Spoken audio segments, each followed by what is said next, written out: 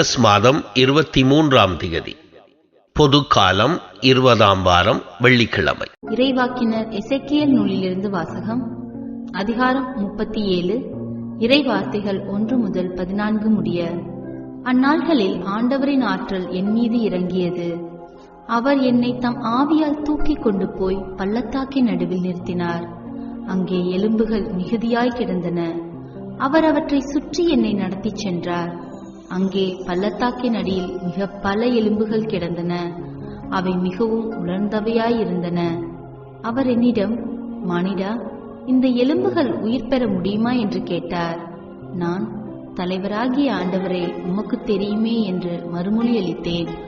அவர் என்னிடம் உரைத்தது, நீ இந்த எலும்புகளுக்கு இறைவாக்கு உரை.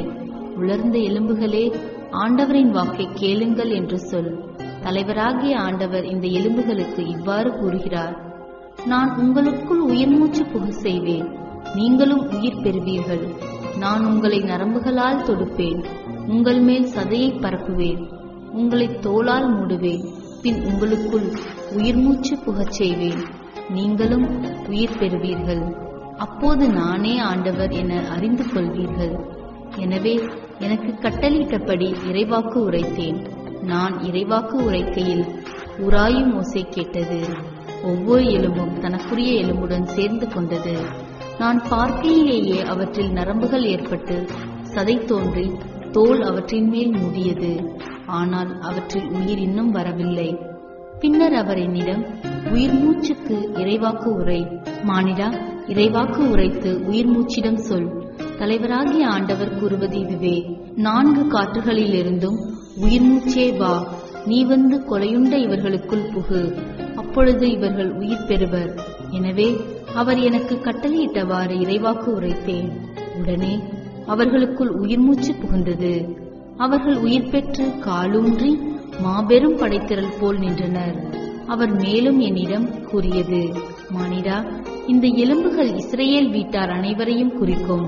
அவர்களோ, எங்கள் எலும்புகள் உலர்ந்து போயின, எங்கள் நம்பிக்கை அற்று போய்விட்டது, நாங்கள் துண்டிக்கப்பட்டு விட்டோம் என சொல்கிறார்கள். எனவே இறைவாக்கு உரைத்து அவர்களிடம் சொல். தலைவராகிய ஆண்டவர் கூறுவது இதுவே, என் மக்களே, இதோ நான் உங்கள் கல்லறைகளை திறக்கப் போகிறேன். உங்களை உங்கள் கல்லறைகளில் நின்று மேலே கொண்டு வருவேன். உங்களுக்கு இஸ்ரேல் நாட்டை திரும்ப கொடுப்பேன். அப்போது என் மக்களே, நான் உங்கள் கல்லறைகளை திறந்து உங்களை அவற்றிலிருந்து வெளிக்கொணர்கையில் நானே ஆண்டவர் என்பதை அறிந்து கொள்வீர்கள். என் ஆவியை உங்கள் மீது பொழிவேன், நீங்களும் உயிர் பெறுவீர்கள். நானும் உங்களை உங்கள் சொந்த நாட்டில் குடியமர்த்துவேன். ஆண்டவராகிய நான் உரைத்தேன், நானே இதை செய்தேன் என அப்போது அறிந்து கொள்வீர்கள் என்கிறார் தலைவராகிய ஆண்டவர். இது ஆண்டவர் வழங்கும் அருள்வாக்கு. இறைவா, உமக்கு நன்றி. நற்செய்தி வாசகம். உன் கடவுள் மீது அன்பு செலுத்து, உன் மீது நீ அன்பு கூர்வது போல உனக்கு அடுத்திருப்பவர் மீதும் அன்பு கூர்வாயாக. மத்தேயு எழுதிய தூய நற்செய்தியிலிருந்து வாசகம். அதிகாரம் 22, வசனங்கள் 34 40 வரை. அக்காலத்தில் இயேசு சதுசேயரை வாயடைக்கச் செய்தார் என்பதை கேள்விப்பட்ட பரிசேயர் ஒன்று கூடி அவரிடம் வந்தனர். அவர்களிடையே இருந்த திருச்சட்ட அறிஞர் ஒருவர் அவரை சோதிக்கும் நோக்கத்துடன், போதகரே, திருச்சட்ட நூலில் தலை சிறந்த கட்டளை எது என்று கேட்டார். அவர், உன் முழு இதயத்தோடும் முழு உள்ளத்தோடும் முழு மனத்தோடும் உன் ஆண்டவராகிய கடவுளிடம் அன்பு செலுத்து, இதுவே தலை சிறந்த முதன்மையான கட்டளை. உன் மீது நீ அன்பு கூர்வது போல உனக்கு அடுத்திருப்பவர் மீதும் அன்பு கூர்வாயாக என்பது இதற்கு இணையான 2வது கட்டளை. திருச்சட்ட நூல் முழுமைக்கும் இறைவாக்கு நூல்களுக்கும் இவ்விரு கட்டளைகளே அடிப்படையாக அமைகின்றன என்று பதிலளித்தார். இது ஆண்டவரின் அருள்வாக்கு. கிறிஸ்துவே, உமக்கு புகழ். அன்பிற்குரியவர்களே, விவிலியத்தில் தூய ஆவியின் செயல்பாடு எங்கெல்லாம் இருக்கிறதோ அங்கெல்லாம் புதுப்பிறப்பு இருப்பதை நம்மால் அறிந்து கொள்ள முடிகின்றது. தூய ஆவியானவர் தண்ணீர் மீது அசைவாடிய வேளையில் உருவமற்ற வெறுமையான நிலையிலிருந்து படைப்பு வெளிவருவதை தொடக்க நூல் முதல் பிரிவு நமக்கு சுட்டி காண்பிக்கிறது. இரண்டாவதாக, இஸ்ரேல் மக்களுக்கும் யாவே இறைவனுக்குமான தொடர்பு யாக்கோபு முதலே ஆரம்பித்தாலும், ஏன் ஆபிரகாம் முதலே ஆரம்பித்திருந்தாலும், இஸ்ரேல் மக்கள் ஒட்டுமொத்த இனமாக இறைவனால் தேர்ந்தெடுக்கப்பட்டது சீனாய் மலையில் நடந்த உடன்படிக்கையின் போதுதான். அங்குதான் இறைவன், நீங்கள் என் மக்கள், நான் உங்கள் கடவுள் என்று சொல்லி இஸ்ரேல் இனத்தை தேர்ந்தெடுக்கப்பட்ட இனமாக மாற்றுகின்றார். சீனாய் மலையில் நடந்த உடன்படிக்கையில் தூய ஆவியின் பிரசன்னம் இருந்ததை பேரிடி முழங்கியது. விடுதலை பயணம் 19:6. ஆண்டவர் நெருப்பாக இறங்கி வந்தார். விடுதலை பயணம் 19:18 போன்ற சொற்றொடர்கள் நிரூபிக்கின்றன. இச்சொற்கள் தூய ஆவியானவருக்கு பயன்படுத்தப்படும் அடையாள சொற்களாக இருப்பதை விவிலியம் சுட்டிக்காட்டுகிறது. அடுத்து, இயேசுவின் பிறப்பு மற்றும் திருச்சபையினுடைய பிறப்பு, திருத்தூதர் பணி 2ஆம் பிரிவு ஆகியவற்றில் தூய ஆவியின் செயல்பாடு இருந்ததை விவிலியம் மிக தெளிவாகவே நமக்கு எடுத்துரைக்கிறது. இன்றைய முதல் வாசகம் தேர்ந்தெடுக்கப்பட்ட இனம் அடிமைத்தனத்தில் உழன்று செத்த இனமாக இருந்த வேளையில் இறைவன் தான் தூய ஆவியை பொழிய இருப்பதையும், இதன் வழியாக அந்த இனம் புதிய ஆற்றலையும் புதிய வல்லமையையும் பெற இருப்பதையும் விவரிக்கிறது. இதுவே எலும்புக்கூடு பள்ளத்தாக்கு நிகழ்ச்சி நமக்கு சுட்டிக்காட்டும் உண்மை. அன்பிற்குரியவர்களே, புது பிறப்பளிக்கும் அதே தூய ஆவியானவர் நம் ஒவ்வொருவருக்குள்ளும் உண்டு. எனவே நம்முள்ளே வாழும் அந்த ஆவியானவருடன் ஒவ்வொரு நாளும் தொடர்பு கொள்வதன் வழியாக நாமும் நாள்தோறும் புது பிறப்படைந்த மனிதர்களாக வாழ முடியும். தொடர்ந்து ஓடுகின்ற ஆற்று நீர் தன் மீது எரியப்படும் குப்பை கூளங்களை ஓரமாக ஒதுக்கிவிட்டு தொடர்ந்து தூய நீராக பயணிப்பது போல, தூய ஆவியால் நிரப்பப்பட்ட மனிதர் தன் மீது பிறர் எரியும் எல்லா எதிர்மறை தன்மைகளையும் ஒதுக்கிவிட்டு தூய மனிதராக தொடர்ந்து பயணிப்பார். அது மட்டுமல்ல, தூய ஆவியால் நிரப்பப்பட்ட மனிதர் தன்னை சுற்றி வாழக்கூடிய மனிதர்கள் புது பிறப்படைந்த மனிதர்களாக வாழவும் உதவி செய்கிறார். அதற்கான வழிதான் அன்பு. இன்றைய நற்செய்தி கடவுள் அன்பு மற்றும் பிறர் அன்பு ஆகியவை குறித்து பேசுகின்றது. கடவுள் அன்பின் வெளிப்பாடாக நம்முள்ளே பொழியப்பட்ட தூய ஆவியார் பிறர் உடனான உறவில் தன்னை அன்பாக வெளிப்படுத்துகின்றார். ஃபாதர் ஆண்டனி டிமெல்லோ தன்னுடைய புத்தகம் ஒன்றில் "Love is creative and it has got the capacity to create newness in the life of a person" என்கின்றார். அன்பு என்பது படைப்பு திறன் மிக்கது. ஒரு மனிதருடைய வாழ்க்கையில் புத்துணர்வை, புதிய தன்மையை இந்த அன்பு கொண்டு வர வல்லது என்கின்றார்.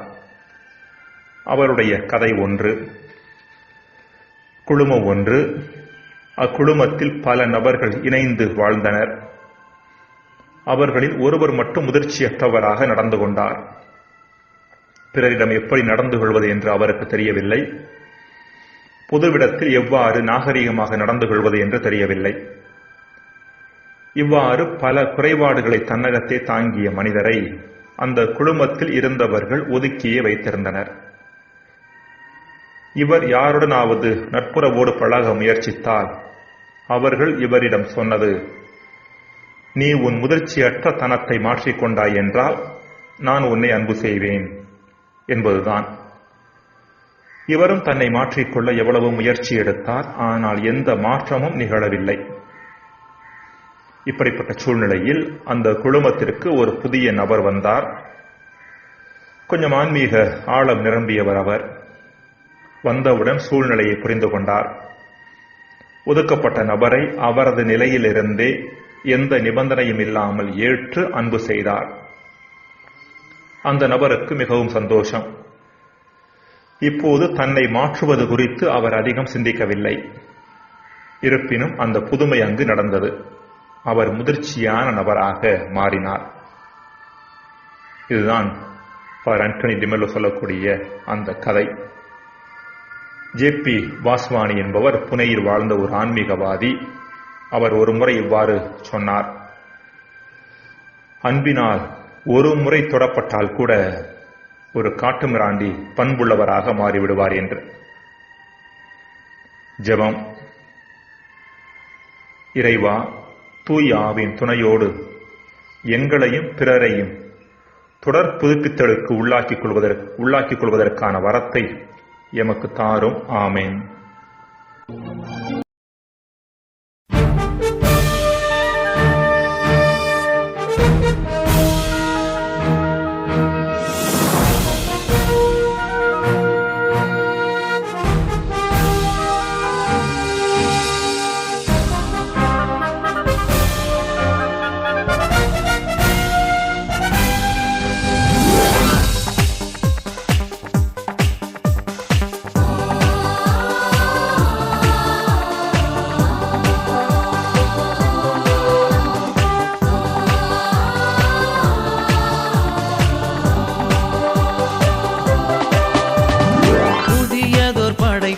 புவியினை மாற்றும் புனிதத்தின் ஆவியே, வரங்களை பொழியும் வளம் நிறைவூற்றே பரிசுத்த ஆவியே.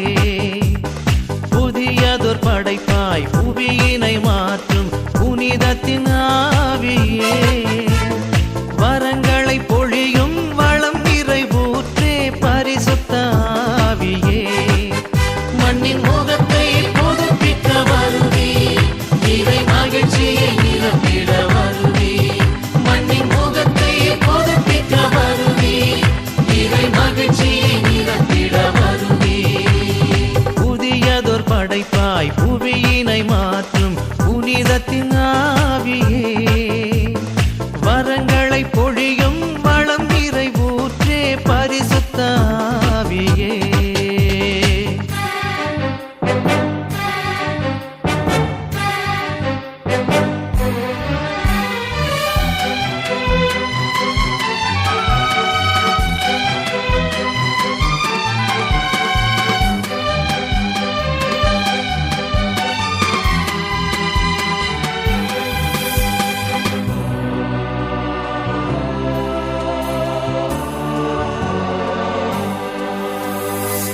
ஞானம் நிறைந்த சொல்வளமே, நலம் தரும் நம்பிக்கை அருட்கொடையே.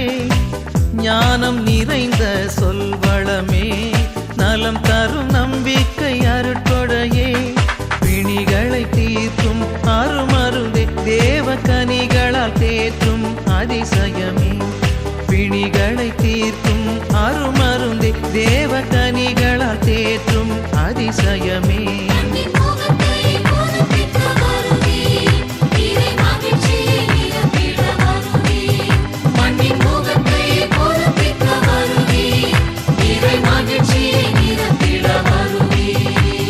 புதியதொரு படைப்பாய் புவியினை மாற்றும் புனிதத்தின் ஆவியே, வரங்களை பொழியும் வளம் நிறைவூற்றே பரிசுத்த ஆவியே.